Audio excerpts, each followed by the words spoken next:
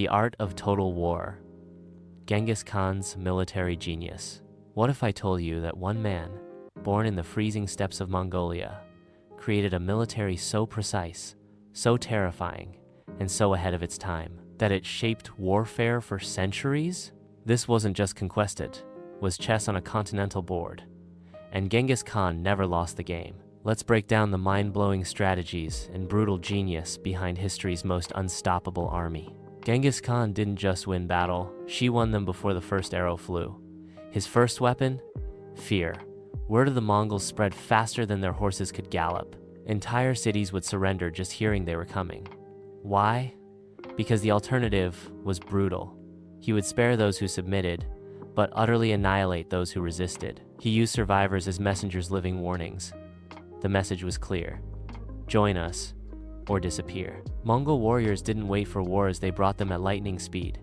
Each soldier had 3 to 5 horses and could ride up to 100 miles a day. That's twice what most armies could march. This mobility allowed the Mongols to outmaneuver slower forces, appear in unexpected places, vanish before the enemy even organized. Imagine your army is camping at night, and by sunrise, you're surrounded by horsemen who weren't even in the region the day before. Now here's the part that made generals across the world lose sleep. The Mongols wanted you to chase them. They mastered the feigned retreat, pretending to panic, scatter, and run. But it was all bait. Once the enemy gave chase, the trap would spring. The Mongols would circle back, flank, and crush them. This wasn't just a trick. It was psychological warfare. Enemies didn't know when to trust what they were seeing. Was it a real retreat or death waiting behind the next hill? Forget the swords. The Mongol bow was their deadliest weapon, shorter than a European longbow, but more powerful. Their composite bows could pierce armor from over 300 yards. Mongol warriors could fire while galloping both forward and backward. They didn't need to stop and fight. They would circle around, showering enemies with arrows until there was no one left to shoot.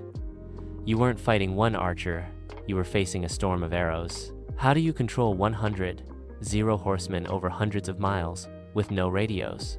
Simple. Genghis Khan created one of the most efficient military hierarchies in history. Units were divided into groups of 10, Arban, 100, Zun, 1, 0, Mingan, and 10, 0, Tumen. Each group had a leader, trained and tested in loyalty and discipline. Orders traveled through an early version of a Pony Express system, with mounted couriers who could deliver commands over massive distances in record time. Coordination was flawless. Entire divisions could pivot mid-battle on command. Before attacking a city, the Mongols already knew everything: its walls, its weaknesses, even which gate guards could be bribed. Genghis Khan built a spy network that mapped out every target beforehand. He sent scouts, merchants, and monks ahead of time to gather intel. Then, just before the attack, Mongol engineers would build siege weapons on the spot using local materials, flood cities, cut off supplies, or, if the city was smart, they'd open the gates and be spared.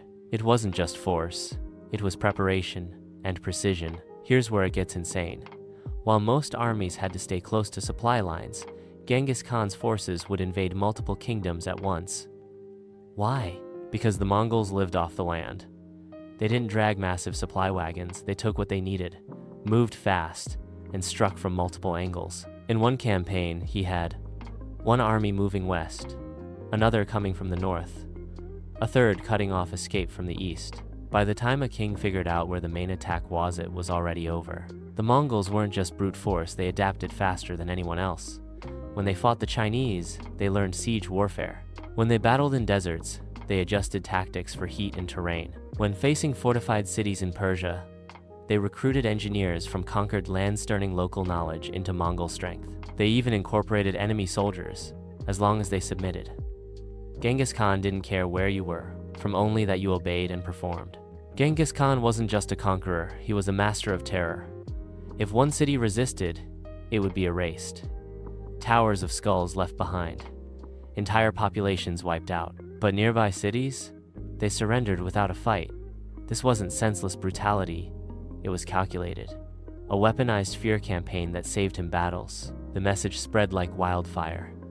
Defy the Khan, and your name is erased from history. Genghis Khan didn't just fight wars, rewrote the rules of how wars are won. Every tactic had a purpose. Every strike was planned. He built the world's most feared army, not just through force, but through discipline, intelligence, and innovation. And here's the kicker: this is just the foundation.